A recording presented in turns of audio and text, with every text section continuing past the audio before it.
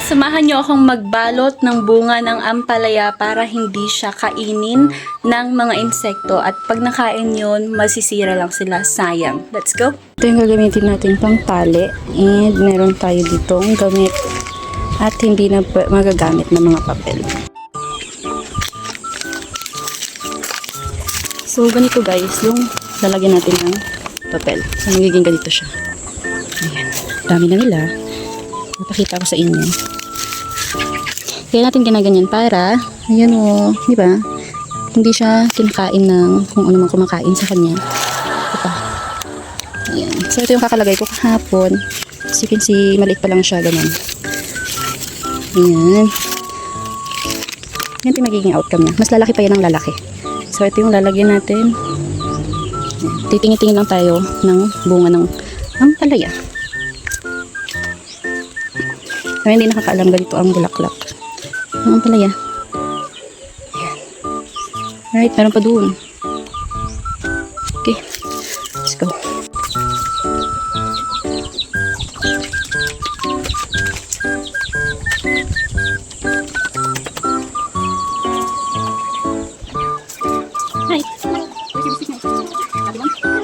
Ito nga, pumasok na ang anak kong mitir. Kakatapos niya nang mag-biscuit niya sa loob. Kaya naman nakita niya na dito ko sa labas. Sabay dali-daling lumabas. Ayan o, nakikisaw-saw. Ang initin pa man din.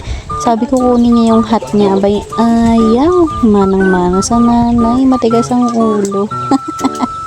Nakakatuwa lang dito ay talaga namang behave siya at talagang nakabuntot lang sa akin. Eh kasi naman kapag hindi ko pinapansin yan, behave lang. Pero kapag pinapansin mo ng pinapansin, hindi mo namamalayan. Baka nasa waig na yan. Diyos ko, ang galing-galing pa man din tumakas niyan sa akin. Kung wala naman sa waig, abay nasa kalsada. Diyos me, wala pang isang segundo. Ang bilis ng paa. O diba? Kaya mas okay na nandito siya. Pero alam ko guys na mainit. Pero don't worry, hindi naman siya yung nagstay ng matagal sa init. Kaya okay naman. Tapos, nagpahinga kami kaagad sa loob ng bahay pagkatapos nito. Kasi sobrang init na nga. E pagkakukuha ko, nahulog pala yung mga papel. Tapos di ko naman namalayan, kinuha na ng anak ko. Ba, nakakataba ng puso. Napaka-sweet ng baby na to. Mabait siya, pero pag sumuro, ay nako, ang sakit sa ulo. Hindi ko na alam kung anong gagawin ko minsan sa sobrang kulit nito. Pero sabi nga nila, mas okay na yung makulit kesa sa may sakit. O, diba? Yun naman ang gustong-gusto ko doon. Kesa naman lupay-pay siya sa sakit. Mas masakit yun sa ulo at bulsa. Ay, nako. O, tignan niya, sinusubukan niya nga din gawin yung ginagawa ko. Natatawa nga ako dito kasi wala namang bunga ng ampalaya doon. Ayan o, sabi niya, mommy help. Eh, tapos na ako. Kaya sabi ko, let's go. Kasi sobrang init na talaga. Tapos, pati yung pagpulot ng tali, hindi tumutulong pa. So, gagamitin niya daw yan sa mga toys niya. Kaya hinayaan ko na lang. Ayun lang mga mi.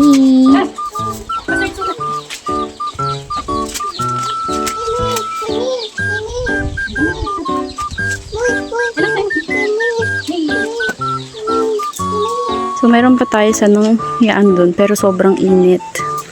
Hapdi sa face. So, ayan. Alright, so tapos na nga nating lagyan ng mga papel yung bunga ng ampalaya. Sobrang init, kaya mamayang hapon ulit. Tignan niyo yung init. Ayan, so tirik na yung araw kasi anong oras naman na ako naglagay. Ito yung isang side ng ampalaya na inaalagaan namin noon ito. Pero dry na siya. And wala. Yun na yung kapalit niya. Tapos meron din kami dyang mga talong. Ayan, continuous ko yung dinidiligan. Meron din kaming kamote dyan. And of course, dito sa gilid ng bahay namin, ayan, may talong din at very healthy na yung mga talong dyan. So, kita nyo naman kung gaano kainit. Diba? Kaya, mamayang hapon ulit tayo maglalagay and pabalitaan ko kayo kapag pwede na siyang i-harvest and ibibenta namin or ibibenta ng lola ko.